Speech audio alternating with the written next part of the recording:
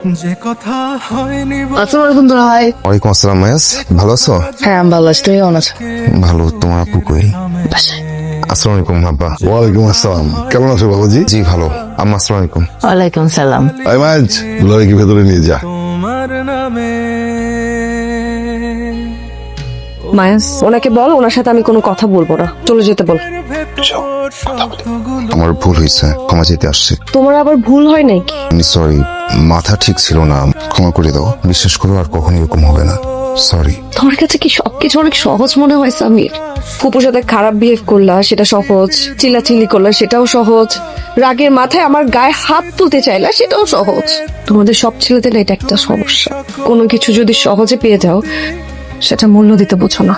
Marine আমি sorry, বিশ্বাস করে এরকম আর হবে না। বলার অনুমতি